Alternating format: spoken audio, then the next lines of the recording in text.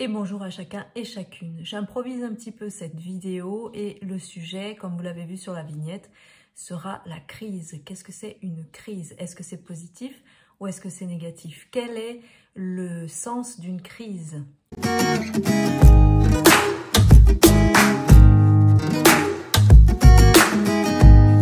Mais avant d'aller plus loin, n'oubliez pas de vous abonner, d'activer la cloche des notifications, de mettre un pouce bleu, de laisser un commentaire là-dessous et de partager la vidéo.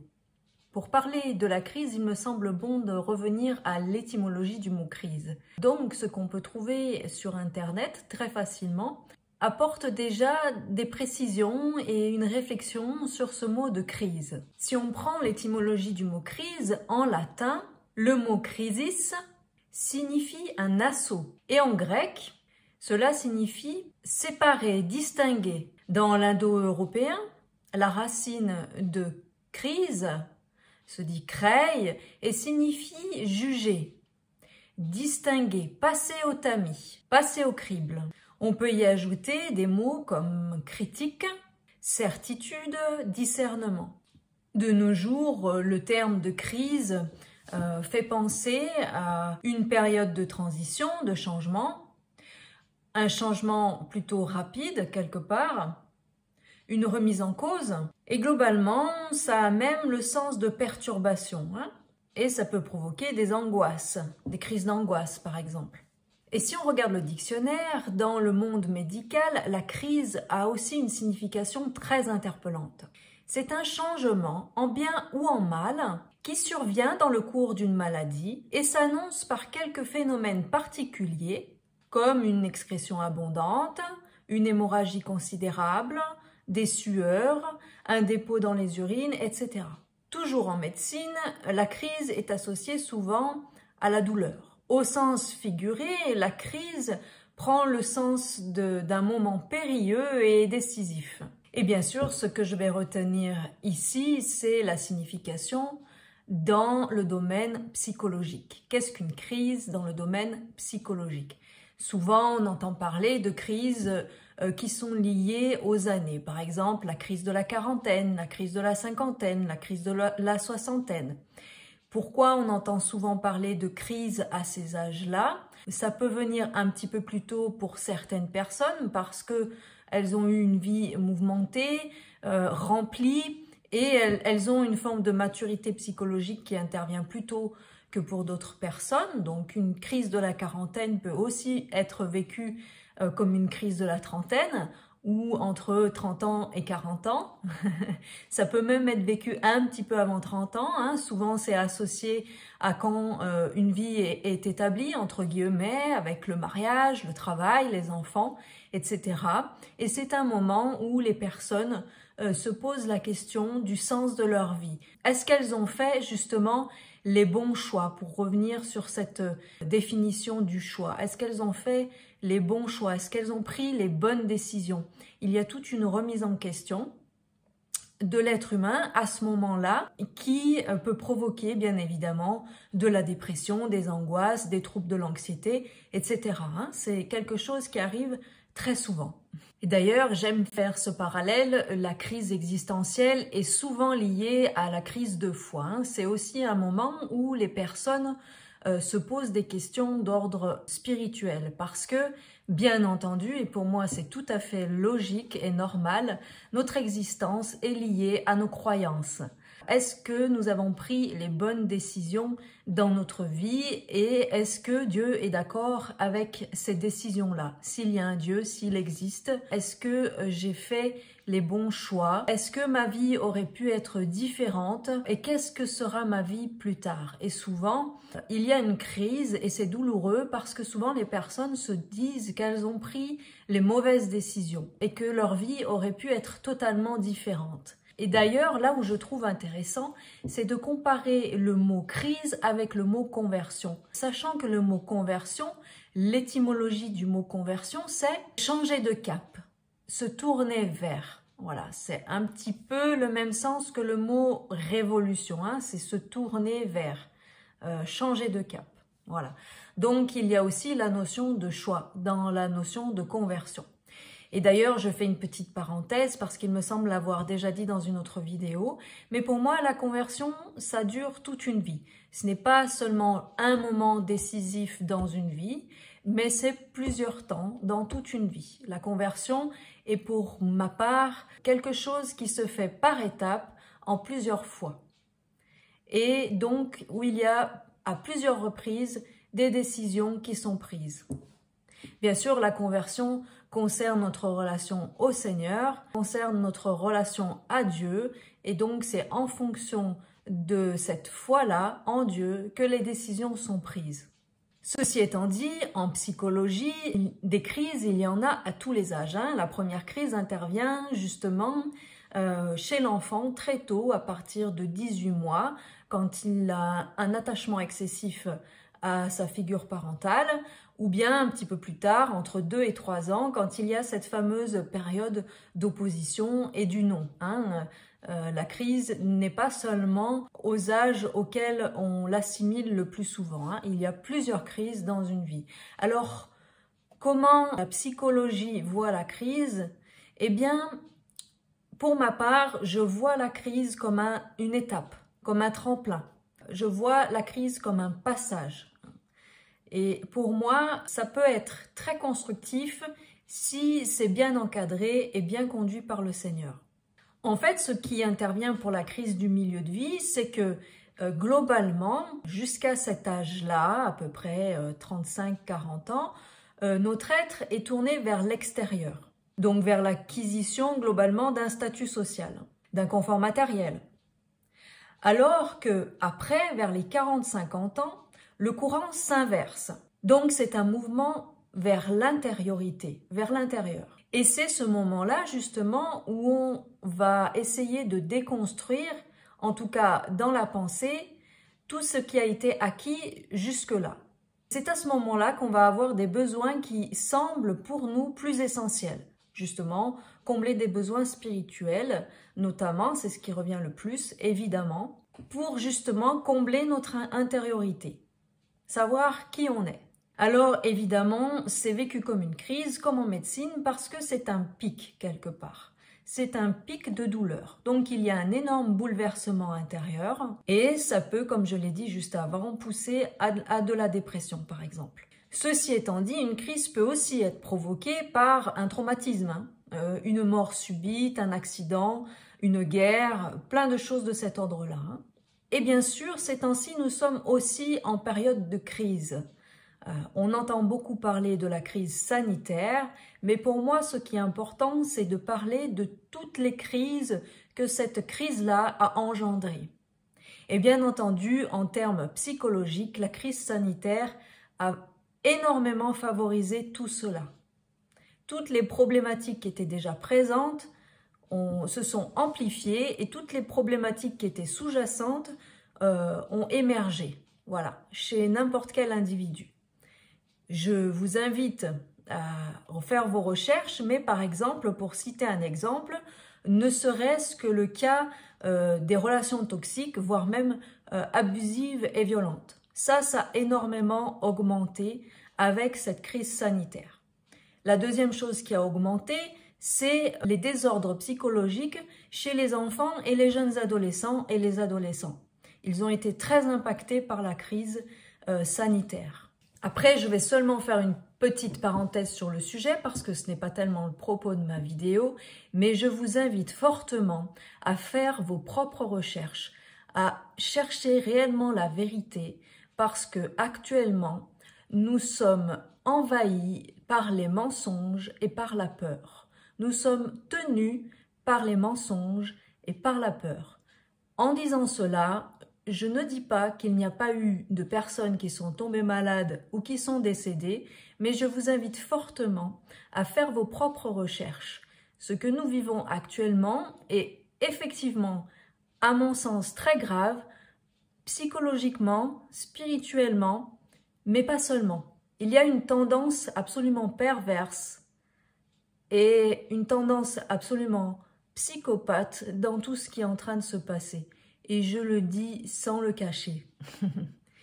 Si vous faites vos propres recherches, vous verrez que cette crise soi-disant sanitaire est en fin de compte bien plus politique qu'autre chose.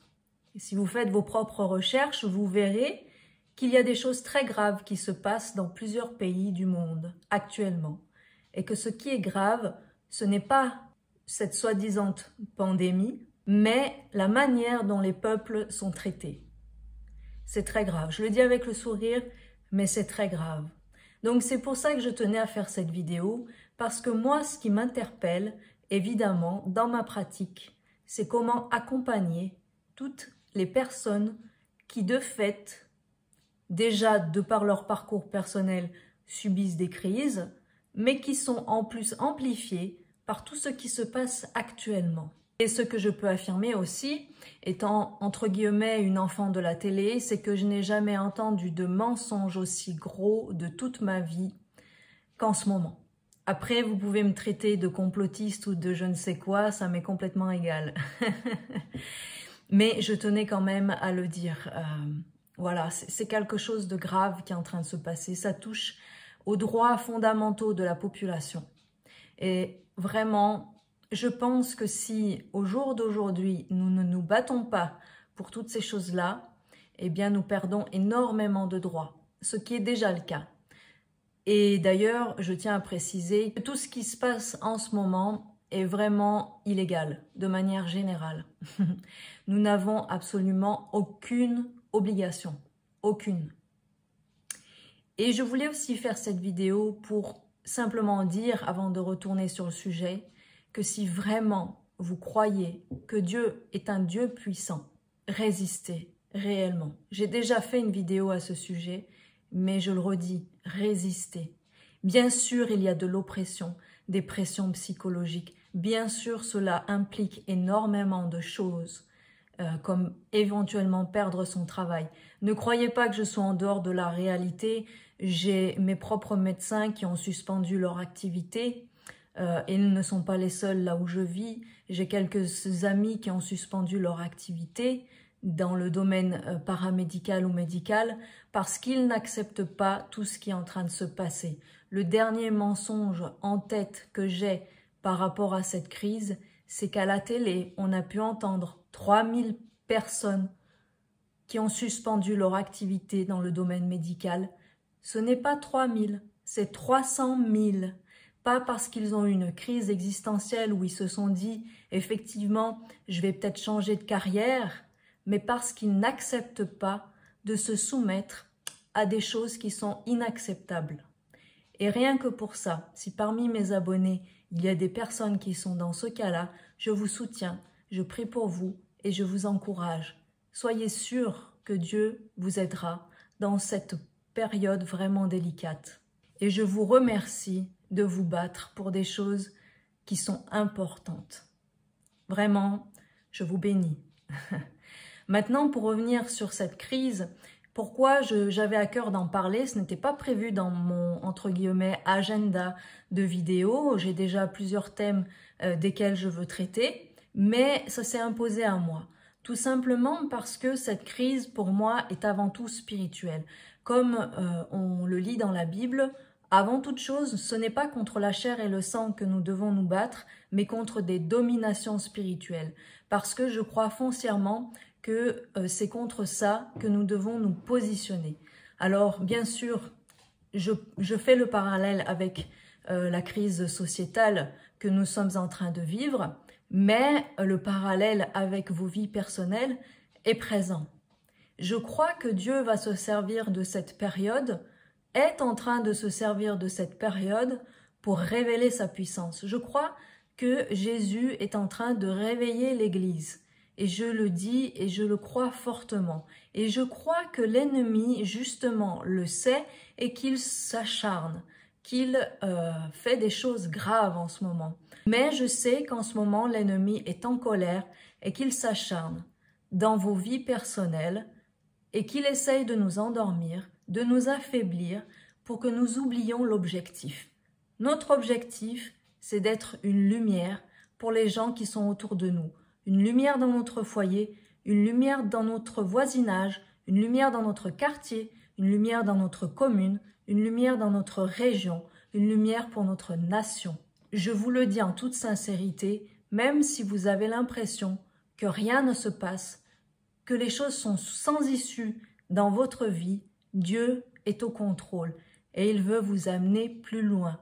Pour lui, cette crise est une étape qu'il utilise pour vous transformer, pour vous rendre encore plus utile pour lui, pour vous convertir, pour que l'esprit en vous puisse prendre toujours plus de place. Ce que le Christ attend de chacun de nous, c'est que nous manifestions son royaume sur terre. Et je trouve justement qu'au jour d'aujourd'hui, c'est d'autant plus pertinent. Oui, le Seigneur est là, il nous accompagne, il veut prendre soin de nous, il veut prendre soin de vous, il veut prendre soin de toi, il veut s'occuper de ta vie personnelle. Et je sais que c'est le Seigneur qui me charge de faire cette vidéo, je sens vraiment sa présence pendant que je suis en train de vous dire ça. C'est très important, restez réveillés, restez alerte, mais dans la présence du Seigneur. Priez pour votre mari, priez pour votre femme, priez pour vos enfants, priez pour vos voisins, priez pour votre quartier, pour votre ville, priez comme des sentinelles, sans vous arrêter en permanence. Prenez cette position spirituelle, saisissez-la parce que c'est vraiment là où Jésus vous attend. Comme je l'ai dit dans ma vidéo sur le repos, la meilleure part est dans les bras du Seigneur, est à ses pieds. Lui va vraiment s'occuper du reste, je vous l'assure. Je l'ai expérimenté et je l'expérimenterai encore. S'il y a bien une chose qui est importante aussi en psychologie, c'est la résilience. Si je lis la définition psychologique de la résilience, je lis ceci.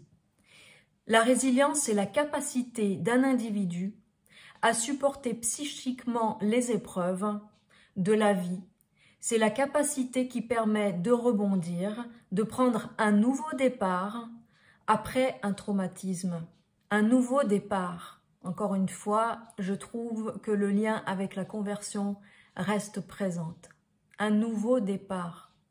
Dieu veut faire vivre à son Église un nouveau départ, à son peuple un nouveau départ. Moi, je crois vraiment que l'Église telle que nous la connaissons aujourd'hui ne durera pas.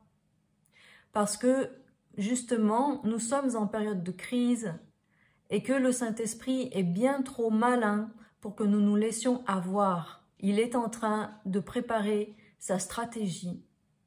Et l'Église pour le Christ, c'est vous, c'est moi, c'est toi. L'Église, c'est ça. L'Église n'est pas une institution.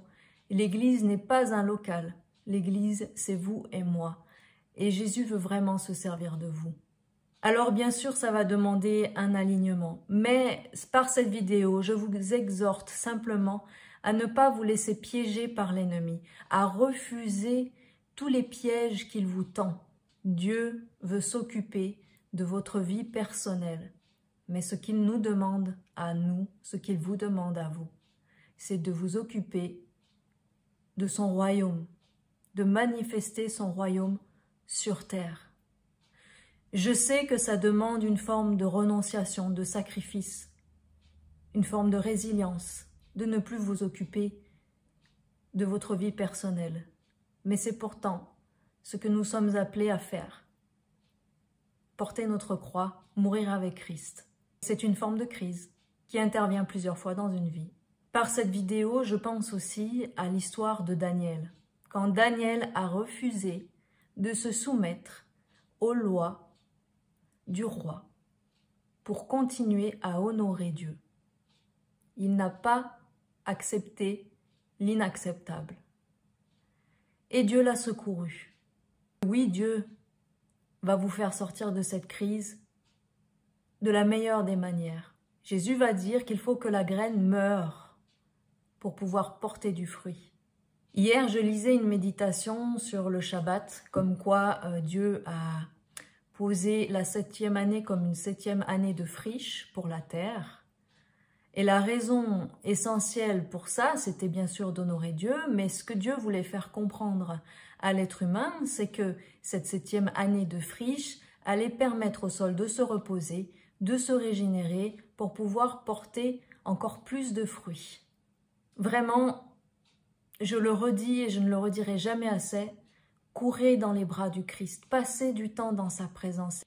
Alors bien sûr, une crise, ça implique une forme de deuil par rapport à ce qui était. Mais pour Dieu, il n'y a pas tellement de malveillance par rapport à vos choix. Dieu se sert de vos choix, même s'ils n'ont pas été toujours faits avec son accord. L'un n'empêche pas l'autre.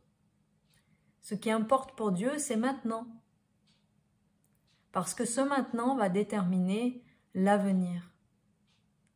Et l'avenir du disciple du Christ, le présent du disciple de Christ, c'est et ce sera toujours de témoigner de l'amour de Dieu et de manifester son royaume sur terre.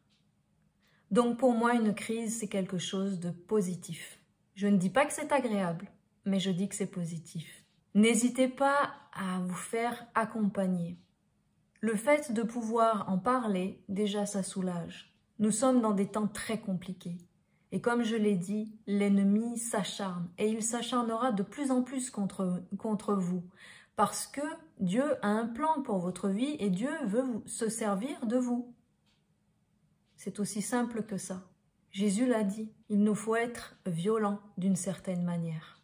Le choisir, lui, c'est choisir la voie la plus difficile, la plus douloureuse. Mais si c'est vraiment conduit par le Saint-Esprit, alors nos voies s'alignent à celles de Dieu. Comme dirait Paul, nous sommes esclaves de Christ. Personnellement, je sais que je suis incapable de vivre ma vie sans Jésus.